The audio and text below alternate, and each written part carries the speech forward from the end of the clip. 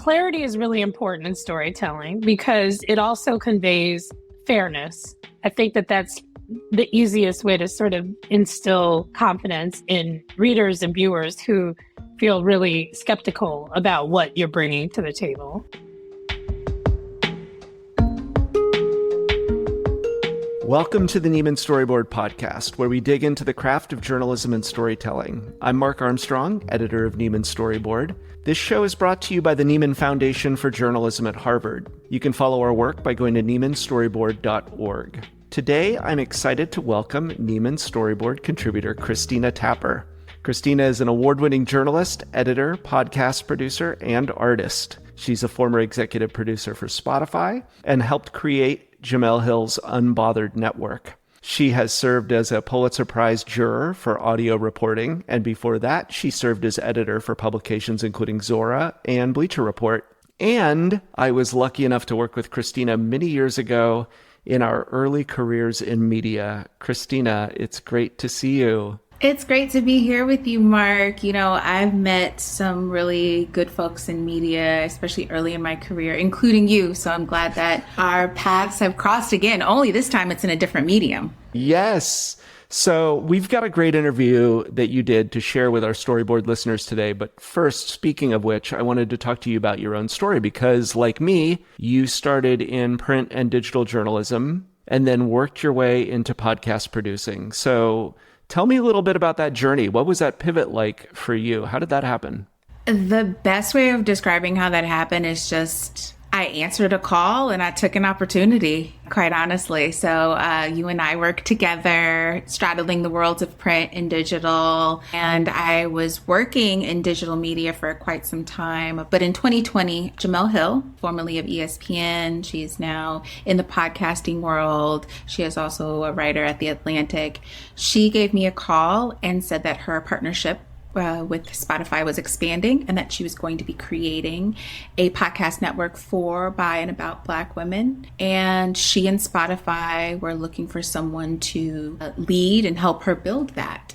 And so after various conversations and interviews, I was tapped to be an executive producer at Spotify to build the Unbothered Network. And from what I gathered at the time was that Spotify and Jemele, they were looking for a solid storyteller, but also someone great at story and content development, and someone who could project manage and project lead while also just working very collaboratively with different folks, from talent to PR to editorial to obviously producers.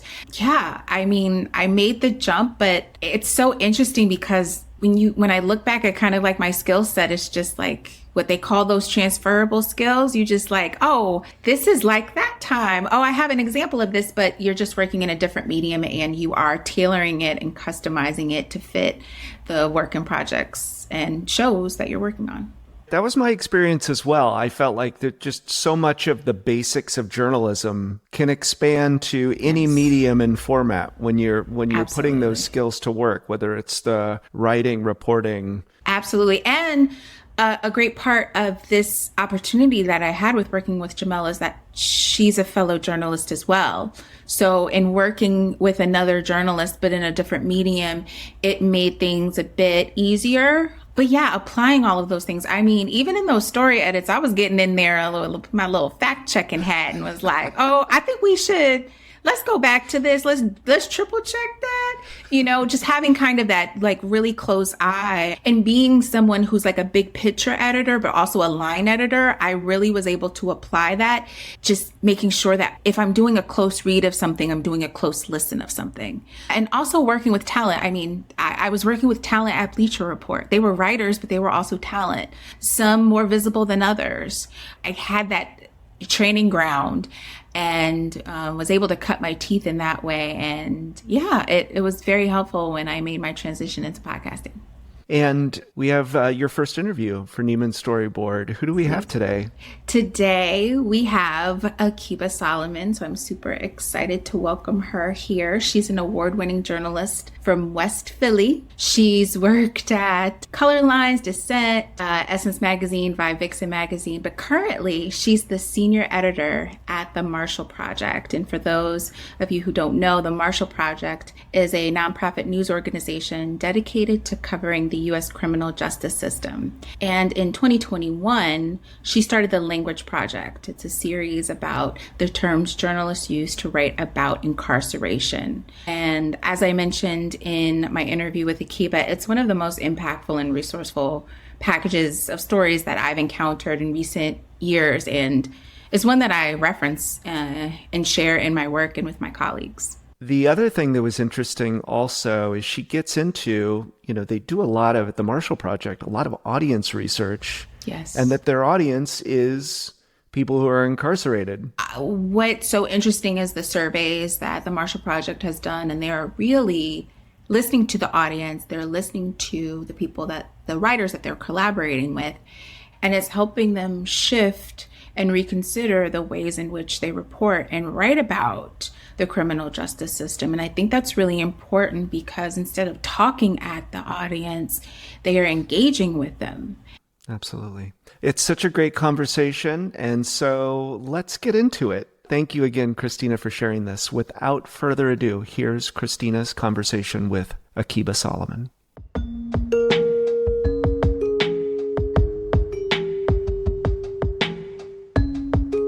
So, Akiba, thank you so much for joining me. I want to start our conversation with a line from the intro to the Language Project, which you edited and produced at the Marshall Project. And the line I want to read is this: "At its heart, journalism is a discipline of clarity." That sentence is short, but it's powerful. And we'll dive into the details and the significance of the Language Project in a bit.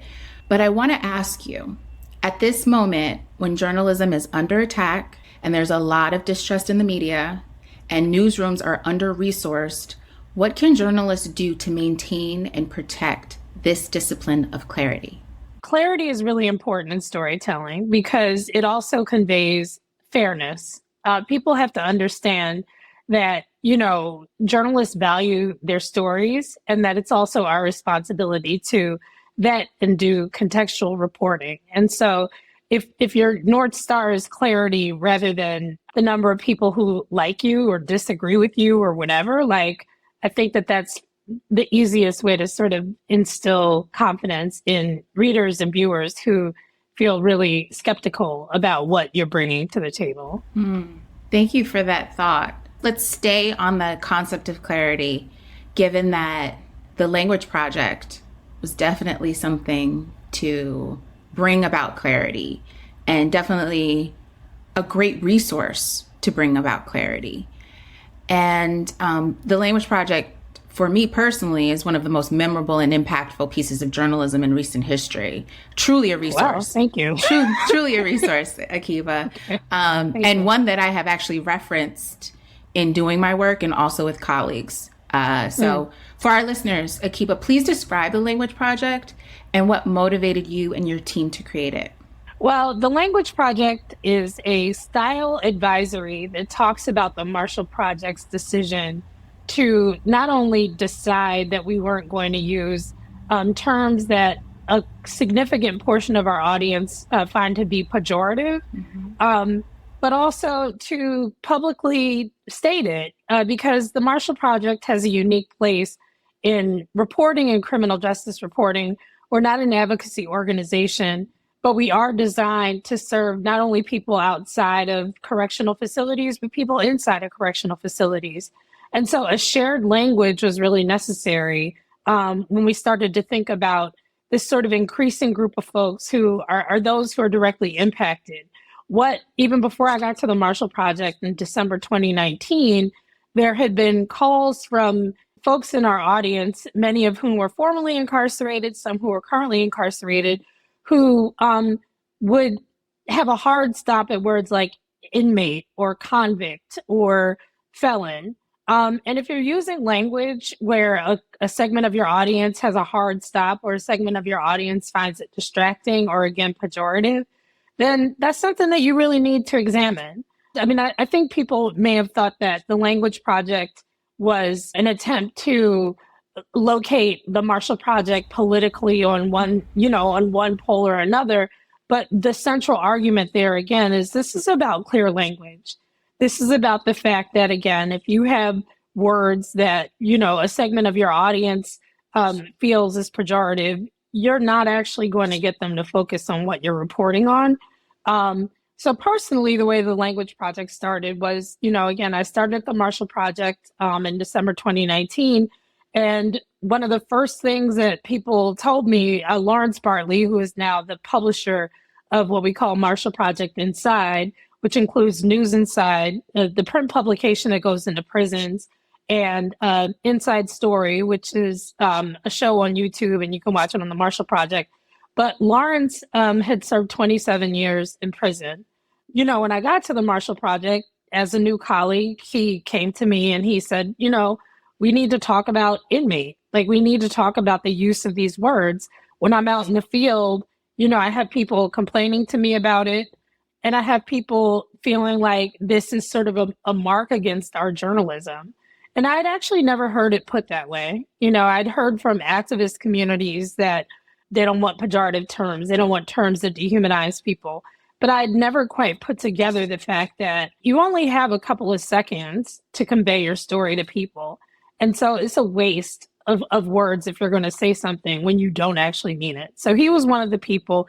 And then one of the second reasons why, I felt sort of pushed to spearhead the project was Rahsaan Thomas, who is the co-creator of the San Quentin Film Festival, who has been out now for several years, is responsible for documentaries, like a documentary about sign language in San Quentin.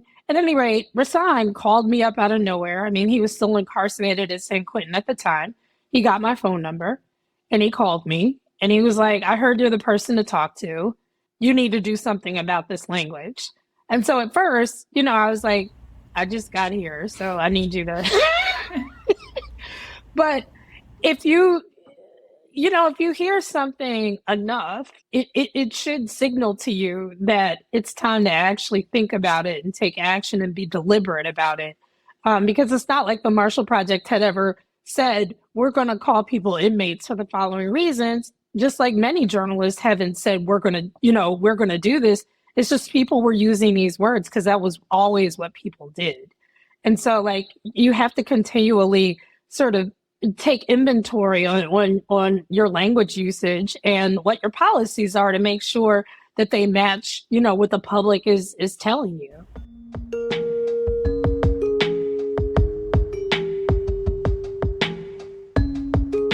Given the work of the Marshall Project and the Language Project was shaped by your conversations with people who are incarcerated, including writers who contribute to the Marshall Project, how do you communicate with writers in prison? What's that process like?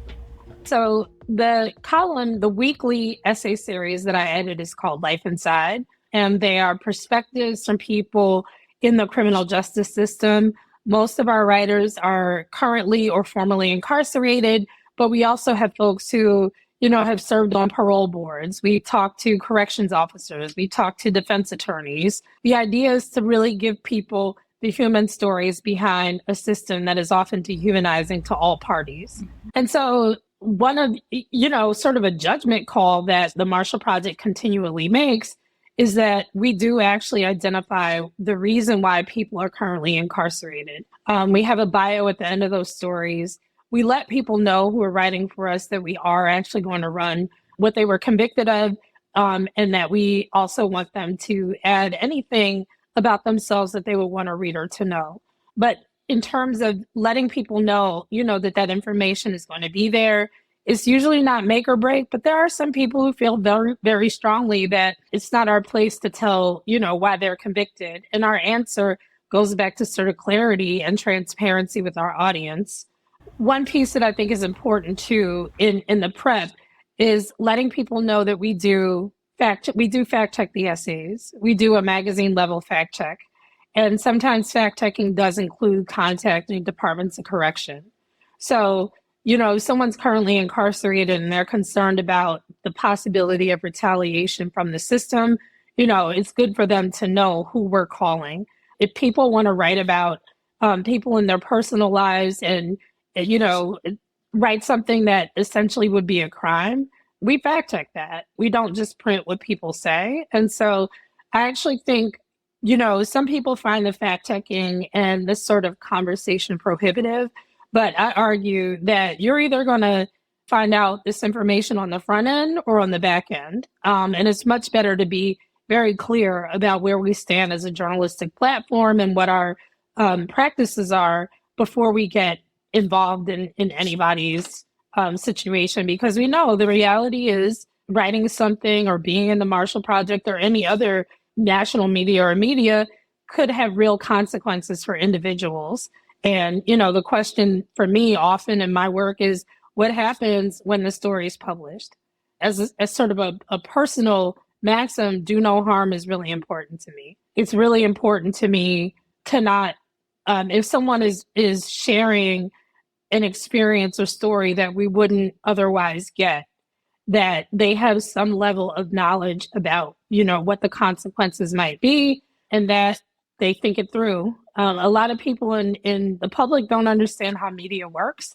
And so part of the work that I do is explaining, how media works, explaining how social media works.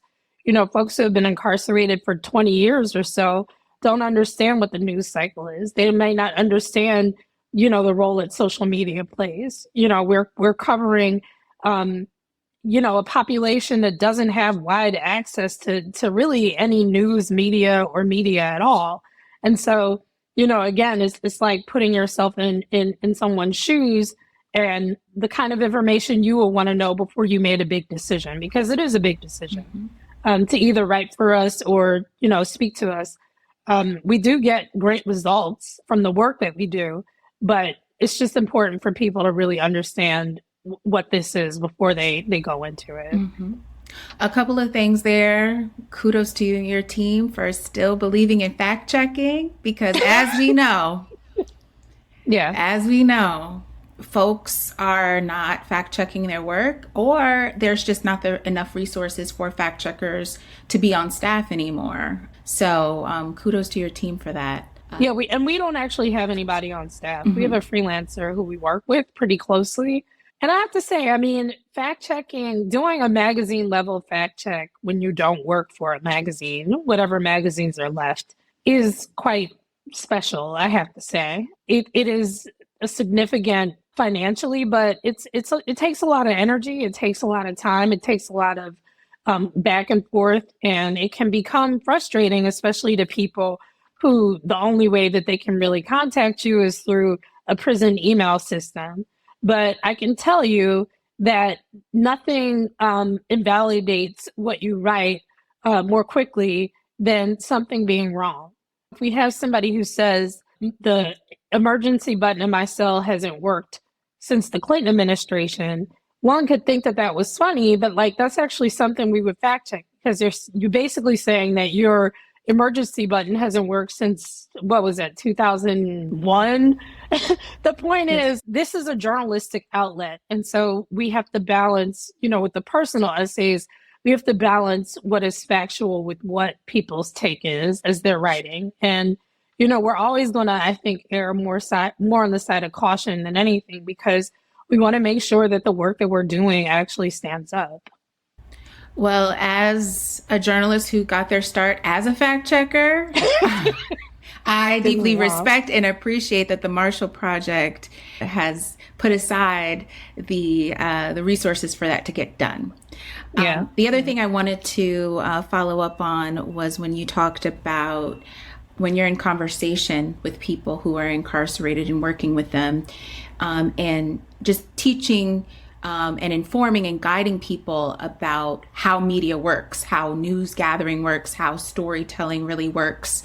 I'd love to hear from you if you could give maybe 2 or 3 quick tips on how to actually have a conversation with someone who does not understand how media works, especially how media works today. One thing I will say, and then I might come back later, is that people need to understand that telling your story doesn't equal results. Like the result you're going to get when you tell a story is that your story's told.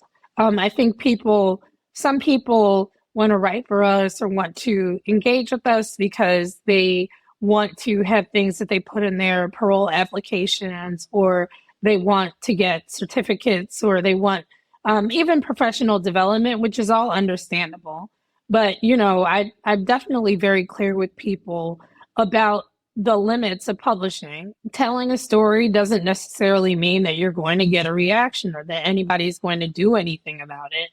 And that's just sort of the bottom line. And some people are turned off, by that. But once again, I would rather people understand that than to, jump out the window and think that this is going to be the thing that's going to say, get them exonerated or that sort of thing. Like that is not something that a story and that an editor can do for you. Another piece or another tip I have, I guess, for journalists who are trying to work with people who are incarcerated is to learn as much as possible about what you're sending them and what it looks like to them.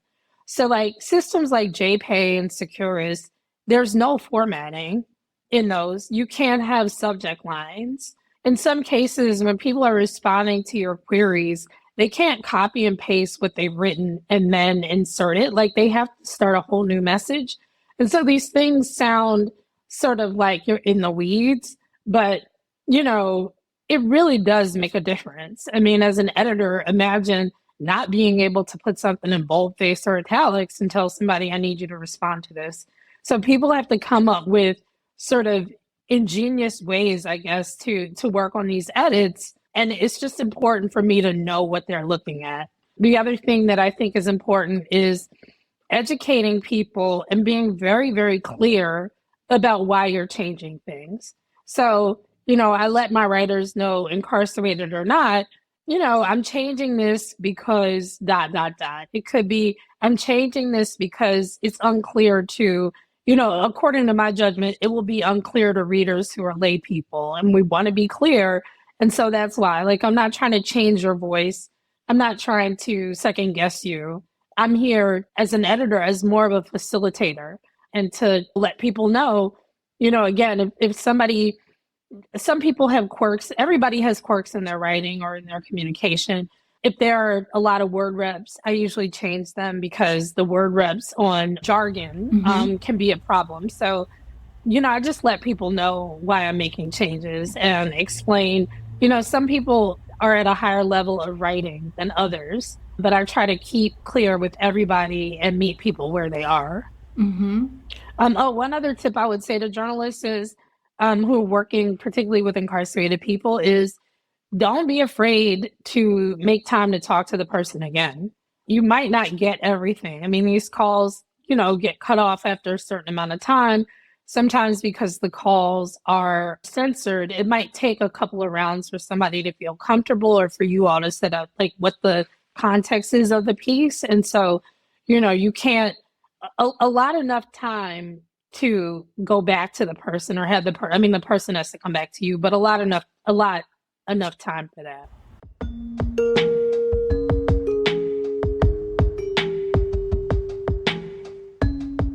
It's been 4 years since the launch of the Language Project. What are some of your observations about language used in journalism since 2021? And specifically, in your opinion, what has shifted and what has stayed the same? I think since 2021, fewer and fewer local media are using mugshots as a source of income. There are places that they would just run whatever mugshots came through that day and get clicks on those pages. So I've seen some local media really making the decision not to do this anymore and, likely losing revenue, but understanding that, part of journalism, again, is supposed to be about fairness. Another thing that has happened since the Language Project is that the Associated Press came out with a new chapter on criminal justice and the ways to report it. They did refer to the Language Project in it. We had been in contact with them A colleague of mine, Tom Mayer, actually was in touch with them before I started working at the Marshall Project in 2019. So we had kind of gone back and forth with the editors of the style book to try to get, what is considered the industry style Bible to address this. And they did address it. They have their own set of regulations and ideas and style, but it does incorporate more of a person first perspective. And person first really is just, if someone's a person, you call them a person. So instead of an inmate, you say a man incarcerated at San Quentin. It is more words, yes, but actually, I think it's a better sentence, number one. And number two, again, words like inmate are so loaded that you're automatically assigning guilt there. I've seen many, many more articles where, you don't see inmate every 5 minutes. Like you may see one or two, but I do think there's more awareness around the fact that these words aren't neutral. I think there's awareness around the fact that, if you call somebody an inmate and they're in jail, that there's an 80% chance that they haven't actually been convicted of anything. So you're using an inmate or you're using felon, you're using these words that can actually be misleading and counterproductive in terms of your reporting. And I think more outlets, now that it's been demonstrated to them how to do it, people are just doing it more. Informally, I've heard from colleagues in different newsrooms who, thankfully have used the Language Project as a resource that some editors just never, again, thought about it, or people might have said, well, only activists care about this. So we're, among all the other things they have to care about, this isn't one of those things. I think the Language Project helped sort of center the issue and give a logic that was not the logic of activists. For the record, I find what activists around this, what they've said to be valid. But the question is, what does journalism do in response to what people are calling for? And how do you make coverage decisions? Some of the criticism of the Language Project amounted to, but what about the victims? And my answer is always, what about the victims? Like, I don't actually know of any large-scale research that says that victims insist that you call somebody an inmate. And I think the idea of privileging the way a group that you imagine and how they might feel is not a valid practice when really you're making proactive choices about language usage and how you want to tell a story. Much of what you said leads right into my next question. There's a piece in the package titled What Words We Use and Avoid When Covering People and Incarceration. And it makes reference to the systemic racism and classism that shapes the American criminal justice system. And as a result, how the language about incarceration deeply impacts people of color and poor people. And just a moment ago, you talked about how the word inmate is just so loaded and like the kind of the burden that one carries when one is labeled as such. So at the time of publishing, it was reported that about 74% of people held in jails have not been convicted of a crime. So I'm going to read a line straight from the Language Project, which is, technically speaking, these people are inmates because of their physical location. But inmate is dangerously imprecise because it is widely perceived as an assignment of guilt, which is basically just what you said earlier. Akiba, I'd like us to go over a few words that have been used when reporting on incarceration and what the best alternatives are to encourage people-first language. And let's start with inmates. You gave us an example earlier, like the word inmate or inmates plural. What's another term or phrase to use instead? Like, how can we set up sentences so that they better reflect who we are covering? So I should say off top, most of these solutions are longer than one word. And that's just something that I think you have to concede as an editor and as a writer. That said, it's easier to say a man serving time at Sing Sing than it is to say an inmate in Sing Sing. You are a man serving time at Sing Sing. That is an incontrovertible fact. An inmate at Sing Sing is almost jargon. One of the essays that Lawrence Bartley, my colleague, wrote mentions how, at least in the New York prison system and the folks that he's interacted with and has, served time with, that he had corrections officers calling corrections officers who were somewhat kind to prisoners inmate lovers. In some prison systems, calling somebody an inmate implies that they're a quote unquote snitch. And so again, you're using words that mean something different than what you intend. And so that's the sort of push toward something more descriptive and something that's actually neutral.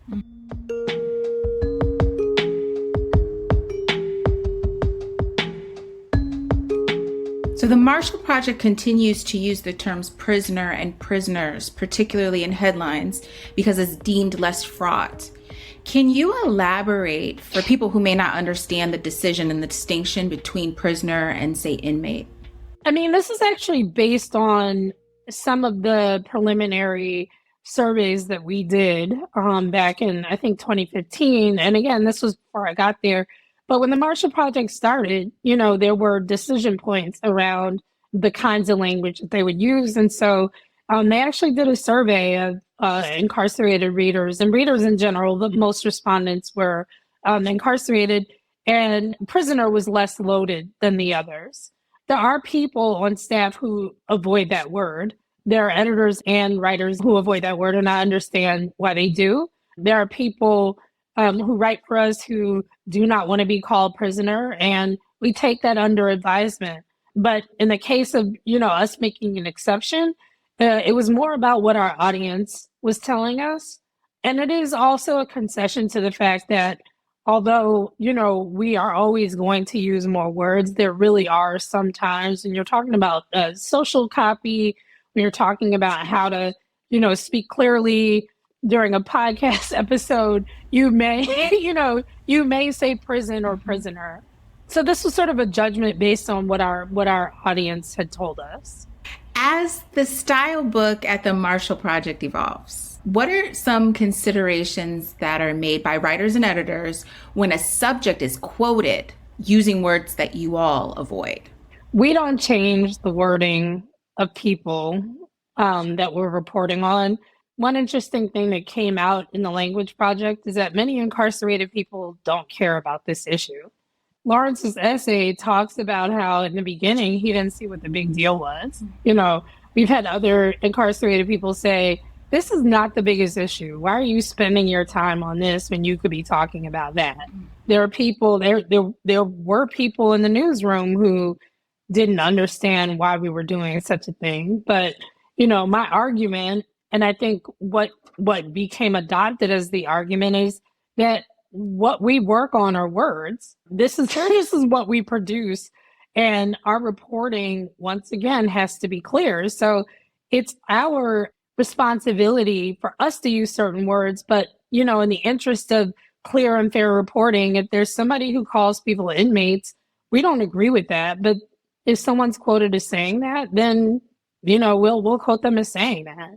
Again, writers, a lot of our writers, the ones that are incarcerated, there's a level of institutionalization in their language. They'll talk about tickets, they talk about grievances, they talk about all sorts of things that people on the outside don't really know about. Personally, I don't want to tell somebody who's experiencing something how they should talk about their experience.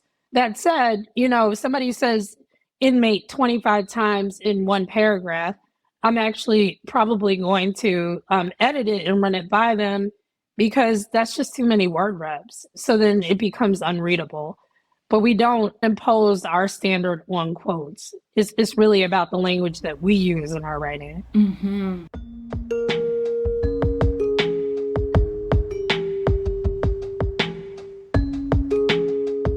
How can journalists convince their senior management teams to update their organization's style book to reflect people-first language? Particularly, what tips can you offer for having those conversations? Because we know those conversations can sometimes be uncomfortable and awkward. I'm not objective here, but I think the argument really has to be one rooted in journalism. I think it's easy for managers or whomever else to just say, well, this is how we've always done it. I mean, journalism is very much about tradition Whether people love to talk about how disruptive things are in journalism, but journalism is, as a trade, very traditional. I think inviting editors or whomever you are trying to convince to actually sit down and think about this is important. That let people know, maybe don't do it when you're on deadline. Don't do it when your story's due in a half an hour and you're going back and forth with your editor. But make time to actually talk about it. Have your editor try to get your editor to read the materials. If the editor won't read the materials, go through them and digest the parts that you think are the most persuasive and use those. But also don't give up. I think if you as a writer can demonstrate that you don't need these words, that's often what an editor wants. An editor just wants you to start off and make it work. It's a lot easier, I think, to just do it in practice. I remember Jennifer Goneman from The New Yorker wrote a piece that didn't have inmate or anything in it throughout the entire story. And I only noticed it because I did the language project. But just by demonstrating that, you can show people that this is not actually something you need. It's just sort of like a crutch, and it's something that, a lot of people haven't questioned because they don't consider incarcerated people or, currently or formerly incarcerated people as members of their audience. But we know, how pervasive the criminal justice system is. So we know that you're going to have a reader who's had some interaction with the criminal justice system. And just because, how we did it before was that we criminalized people automatically, doesn't mean that that's something we should continue to do. You can't criminalize people by reporting on them. I think that's a really important sort of rule of thumb. If what you're writing about, again, assigns guilt or even innocence, then that's something that you need to be quite aware of, and you need to be deliberate about it. Really talk to your editor and really encourage your editor to read materials. And I'll send you a couple of links. There's one from a group, Forward USA, which is an advocacy group, but they did sort of a guidebook that I think we can pull from. And then Prison Journalism Project, I think, has some language as well. But also, the Associated Press style book, the last edition, is a great thing to refer to now, because that is the industry Bible on style. And they make some arguments for this sort of language and, just more precise and more sensitive ways of reporting on criminal justice in general. Mm-hmm. You mentioned how certain words are just used as crutches. And just a short story I'd like to share, which has to do with carceral languages. I recall this must have been maybe in 2020 during the height of COVID. There was a virtual conversation with Angela Davis, esteemed activist. And she was in conversation with a group called Girl Trek. And in the midst of the conversation, she talked about how she does not use the term lockdown when discussing COVID or the pandemic, because she felt that's carceral language, and that using that term, it's almost as though the individuals who are self-isolating and cannot be in group settings, it's unfair to be using the term lockdown when people in prison cannot social distance. And so she had urged people to basically reconsider language like that, particularly when talking about a global pandemic. And I recall at the time I was an editor, and we were editing various pieces about how people were living in the pandemic. And some of them were essays, some of them reported pieces, and the term lockdown would show up. And I remember going to my editors and saying, can we reconsider using this when it's not in a quote?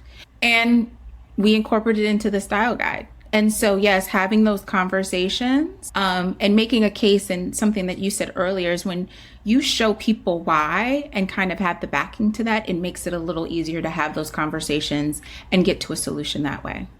Yeah, I mean, and what I've heard anecdotally about the language project is that the most valuable part were the examples. Mm-hmm. So there's a list of examples, a person who's incarcerated here, a person who is on a sex offender registry. I mean, these sorts of, we didn't really get into sex offenses in the package, but the point is, like, show don't tell is one of the tenets of journalism. And I think as you're having conversations with your editor, it's intrinsic upon you to actually do that as well. Show don't tell.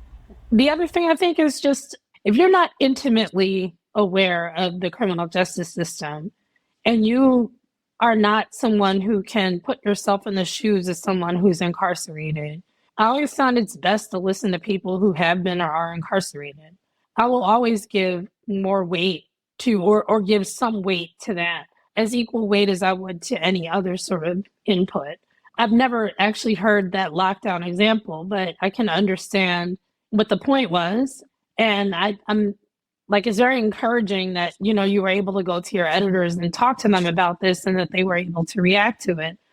Because sometimes you're just like, you're literally not thinking. You can't think it through because you haven't had that experience. So, you know, if we are in these rooms and there are opportunities for us to make sure that, again, our journalism is as accessible and as clear as possible, then I think it's really contingent upon us to do it. Mm-hmm.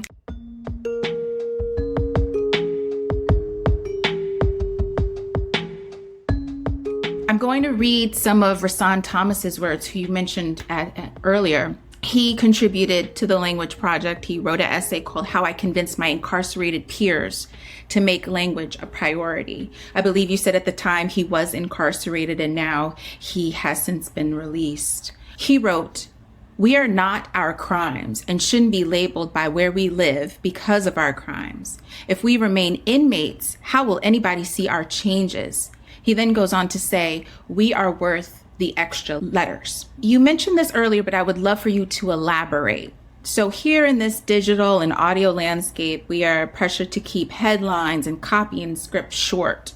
And for some journalists, using people first language can be long-winded and at odds with the digital frameworks we work within. How do we make people first language the default? I know it's a big question. Well, no, it's a good question, because I think the question is really more about how centralized or decentralized journalism actually is. I mean, we have so many more platforms, emerging platforms, spaces like a Substack. There are so many more places that are more of a hybrid between straight reporting and opinion. So I think every, outlet and publication has to make a decision for itself. But what I would really encourage people to do is actually make a decision, actually engage on it. Even if people decide that the answer is no, we're going to keep saying inmate, you should at least be able to explain why. And I find that a lot of times when it comes down to it, when faced with, the public, or when faced with your peers, you saying it was too hard to come up with a headline does not actually really work. We all make decisions throughout our day because we're pressed for time, because journalism, as we know, is really under attack at this point. And so it just takes a huge amount of work and effort. I would just encourage people to add this to their to-do list. It's not pleasant. If somebody doesn't agree with you about this and you get into, some sort of dispute, these things happen, but I just think that it's up to publications and other outlets to really actually work through it.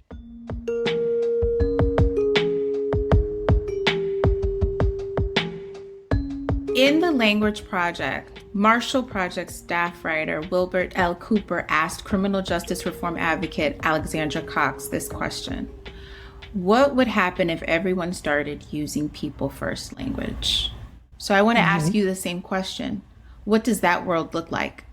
That world looks like, I think, what a lot of situations in life look like. I mean, there are a lot of subtleties. There are a lot of layers. There's a lot of nuance in storytelling, particularly if you are doing an investigative piece or a feature.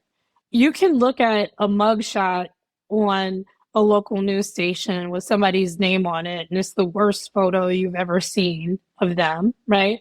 And you can put that out. And what that does is it criminalizes people. It sends a message that there's an inherent criminalization of certain people, generally people of color, right? And so people first language, again, forces you not only to grapple with the fact that we are all dealing with human beings, but that we actually have to tell the story. You know, you're not telling a story when you say escaped inmate runs rampant. Like, that's a very interesting headline if you're into that kind of thing. But like, if you are there to actually do journalism, I think it's more important to talk about a man who escaped and talk about why he escaped, talked about how he escaped. Why get caught up in pejoratives instead of actually doing the reporting work that you need to do? So I imagine a world with people first language where there may be parts of stories that feel clunky. But again, this is all subjective. You know, there are points where anybody can say this is too much work to do anything.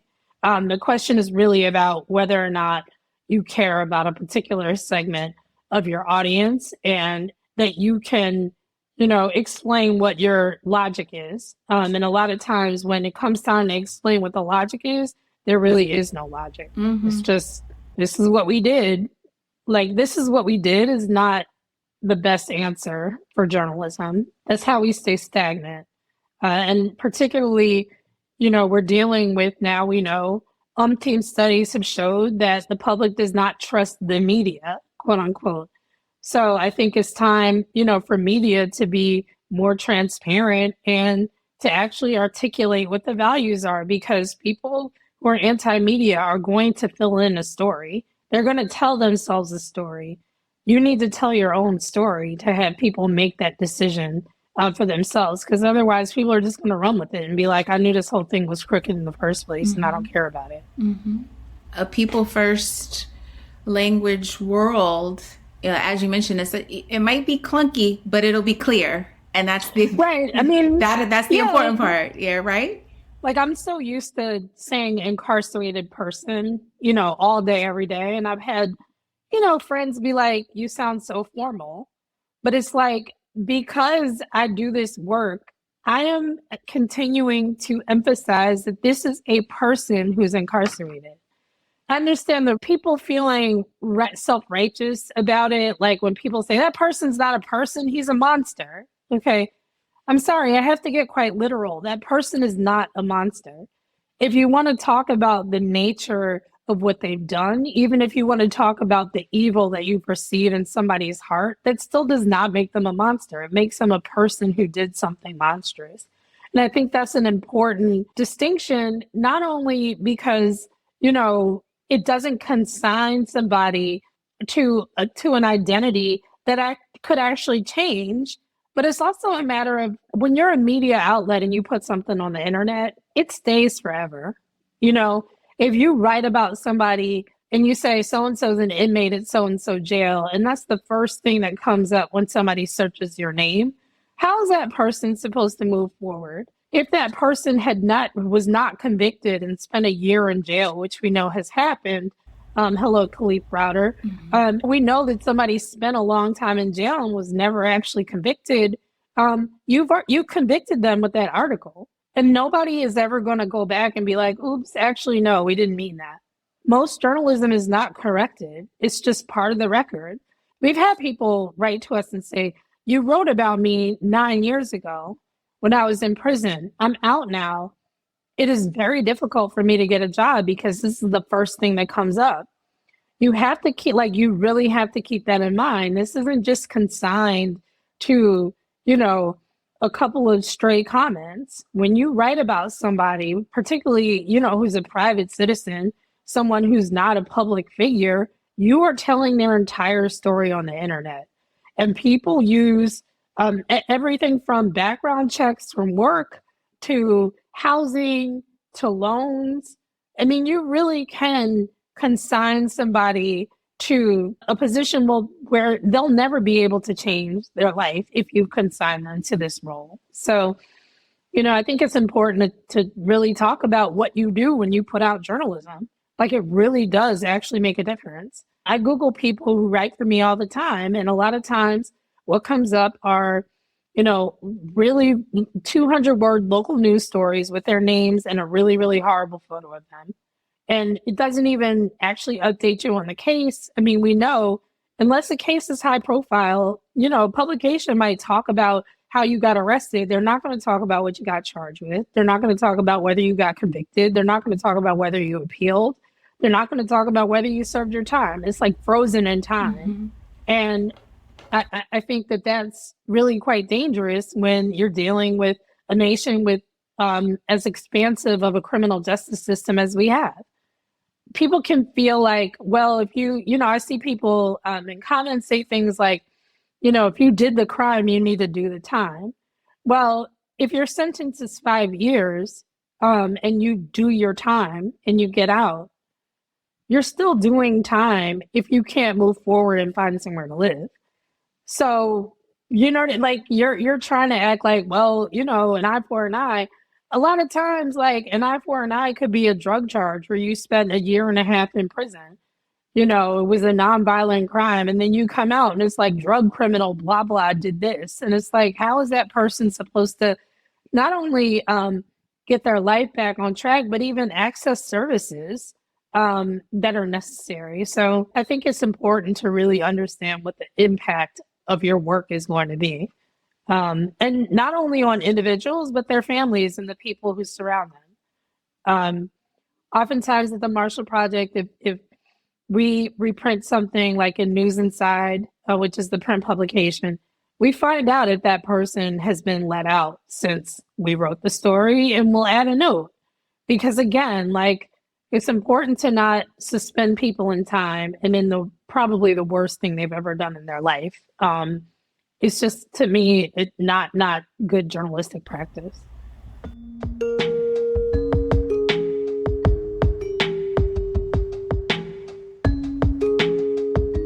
Akiba, thank you so much for chatting with us about the Language Project and the human impact of words. Before you go, I want to switch things up just a bit and ask you a few speed round questions about your work and career. What's the most surprising way you ever found a story? The most surprising way I found a story was, this is going to date me so much, but on a message board, actually, someone asked a question. It was a story through Essence magazine about how bitterness might be added to the DSM, whatever the DSM was. And I put out a call to people, to talk about this issue of bitterness, and came across a whole different story for Essence, but, it was around friendship and infidelity. And that person really put words to something that I think, Essence had tried to cover before. And so, I don't know if that's the best example, but okay. That's what I come up with. Okay. A nice little throwback to message boards back in the day. Yeah, exactly. Black Planet. Yeah. Who are some of your favorite writers and journalists we should be paying attention to right now? I think we should be paying attention to Joy Reid. I think that Joy Reid's reporting work, the interviews that she did, were really quite valuable. I look more to the past, actually, than I do to the present, in part because as a journalist day to day, I know that a lot of what gets published really is based on what the publication decides. And it really depends on sort of where the power lie. Mm-hmm. So in terms of examples, I mean, I think you've probably heard it a million times, but, Ida B. Wells is a real North Star to me. Mm-hmm. Not that I would ever, I think, have the courage that she had to deal with very real threats to her life. But when I think about the power of data collection, and I think about the importance of someone actually mapping out the fact that what was a truism in newspapers, which were, at that time, that Black men and Black people were inherently dastardly and out to rape white women or do all sorts of violent crime, it was important for somebody to say, this is not actually about a crime. This is not actually about violent crime, and to connect the dots. So I find that work to be really inspiring. The Warmth of Other Suns by Isabel Wilkerson is a touchstone in that one of my specialties in editing is more narrative storytelling. I'm definitely not a breaking news editor. I'm definitely not a daily editor or daily journalist, that kind of expansive storytelling where you really do give context and you really do let the audience understand, who these people are, I think is really effective. Donovan X. Ramsey came out with a book called When Crack Was King that I thought was a great piece of nonfiction storytelling. I like the different perspectives of the people, and I really appreciated the way he used his extensive research to tell a story about crack and culture that had not been told before. Akiba, I appreciate you and the work you do. Thank you for joining me here on Nieman Storyboard Podcast. Thank you so much for having me.